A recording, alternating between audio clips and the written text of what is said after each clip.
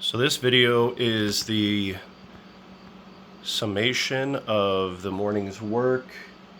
Spent about an hour and a half putting a solid state drive in this Dell Inspiron 15 N5050, putting an extra stick of RAM for 16 gigabytes of DDR3 in there, and trying to see if it'll run Windows 11, because everybody's like, nah, it's not going to run Windows 11, but it's running Windows 11 just fine.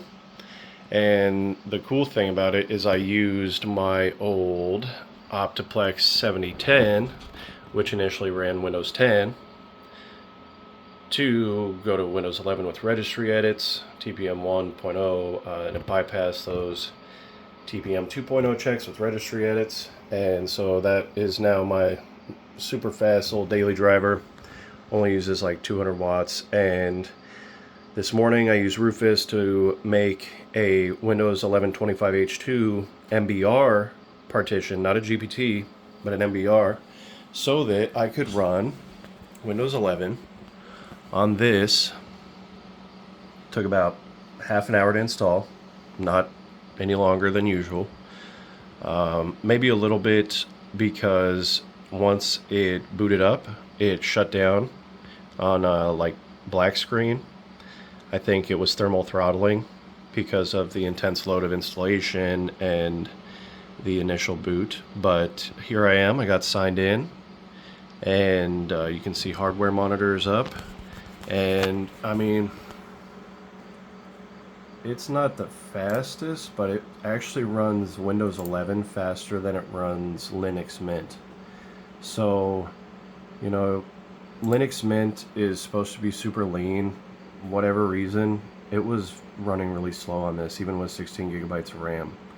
So Windows 11 25H2 is quick on this. 16 gigabytes DDR3, 128 gigabytes solid state drive. So those upgrades, as like 12 gigabytes, 16 gigabytes of RAM was like $12, and because it's DDR3, $12 for a 2-pack 8 gigabyte sticks. And then the solid state drive was also $12. So for like 25 bucks, I brought this into the modern age. It was running Windows 7. Then I put Linux Mint on it, and then I just, for giggles, I wanted to see if it would run Windows 11, and it's running it, and it's fast, and it's lean, and I'm amazed. It might be, insecure or something like that, but this is just to be able to run Minecraft. Literally. The main reason why I did this was so my 6-year-old son could run Minecraft, because there's no Minecraft for Linux. Yeah, we're up. We're running this ancient, like 2 megabytes of graphics memory. But it's, probably intelligently putting a little bit more over to graphics memory, because it's got 16 gigabytes of RAM. Let's see here. We are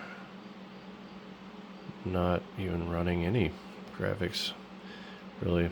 I figured it would have clocked higher and used more, but I'm really impressed with Windows 11. 25H2 is the jam. I just want to find more old computers to put it on, because, I mean, this is quick. Look at this. I mean, this is 16 gigabytes DDR3 on a, cheap little solid state drive. Patriot, shout out to Taiwan, and Patriot memory. It's a good product. It's quick. And obviously this is running on Wi-Fi, so it's not the fastest here, but the operating system, quick. The old computer that was running Windows 7, quick. My eyebrows, sky high. My jaw dropped.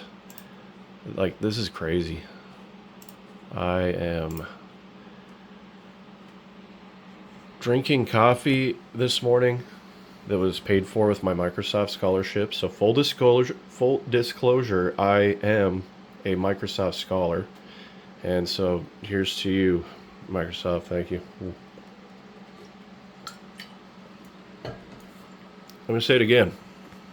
Windows 11 runs faster than Linux Mint on this old Inspiron N5050 from 2011. It is not as hot as it was when it was installing, obviously, because more electrons were moving at that point. Couldn't do this with Linux Mint. Could not put Minecraft on here. This is going to be crazy. I am blown away.